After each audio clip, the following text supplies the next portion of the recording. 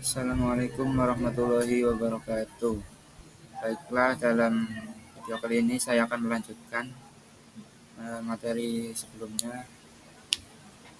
Kali ini saya membawakan materi yaitu ISO dan ISO 56000. Kemudian yang selanjutnya itu International Organization for Standardization. Jadi ini itu adalah organisasi internasional yang independen dan non-pemerintah yang mengembangkan dan menertibkan standar internasional untuk berbagai bidang, termasuk teknologi, kualitas, keamanan, dan lingkungan. Eh, Tujuan utama ISO ini adalah mempromosikan pengembangan dan penerapan standar internasional yang dapat membantu meningkatkan kualitas, keamanan, dan efisiensi produk dan jasa. ISO juga bertujuan untuk memfasilitasi perdagangan internasional dan meningkatkan kesadaran akan pentingnya standar dalam berbagai bidang.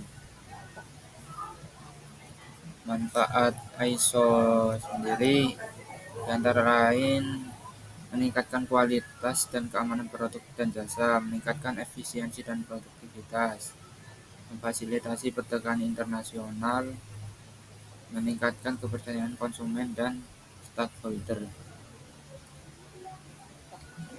Kemudian yang selanjutnya itu ISO 56000. Apa sih ISO 56000 itu? Jadi ISO 56000 series itu adalah standar internasional yang dibuat untuk membimbing organisasi dalam mengelola inovasi secara sistematis dan berkelanjutan.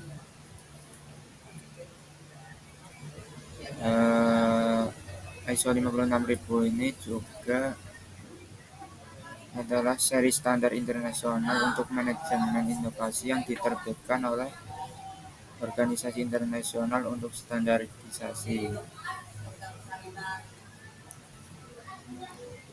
Komponen utama dalam ISO 56000 ini antara lain yaitu meliputi pengembangan strategi inovasi, identifikasi dan seleksi peluang inovasi, kemudian pengembangan dan implementasi inovasi, pengelolaan risiko dan konflik, dan pengukuran dan evaluasi kinerja inovasi. Jadi ISO 56000 ini menyediakan kerangka kerja yang sistematis dan terstruktur untuk mengelola inovasi sehingga organisasi dapat meningkatkan kemampuan inovasi dan mencapai tujuan bisnis yang lebih baik. Kemudian yang selanjutnya itu jenis inovasi. Yang pertama itu sebuah layanan. Jadi inovasi layanan adalah pengembangan dan penerapan layanan baru atau yang ditingkatkan untuk memenuhi kebutuhan pelanggan. Contohnya layanan pengantaran makanan online yang memungkinkan pelanggan untuk memesan makanan secara online dan menerima pesanan di rumah. Kemudian yang kedua itu sebuah proses, yaitu pengembangan dan penerapan proses baru atau yang ditingkatkan untuk meningkatkan efisiensi dan efektivitas. Contohnya seperti penggunaan teknologi robotik dalam proses manufaktur untuk meningkatkan efisiensi dan mengurangi biaya. Kemudian penggunaan sistem manajemen proyek yang berbasis cloud untuk meningkatkan kolaborasi dan efisiensi dalam proyek. Dan yang ketiga, sebuah model bisnis, yaitu inovasi model bisnis ini mengembangkan dan menerapkan model bisnis baru atau yang ditingkatkan untuk meningkatkan nilai bagi pelanggan dan perusahaan.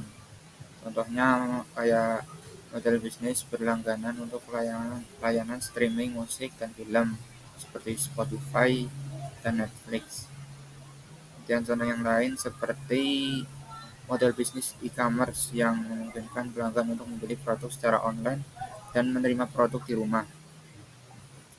Dengan demikian, inovasi dapat diterapkan dalam berbagai aspek termasuk layanan, proses, dan model bisnis untuk meningkatkan nilai bagi pelanggan perusahaan. Kemudian yang selanjutnya itu jenis inovasi menurut tingkat kebaruannya. Untuk yang tingkat pertama yaitu inovasi bertambahan, yaitu peningkatan atau penyempurnaan kecil pada produk layanan, proses atau model bisnis yang ada.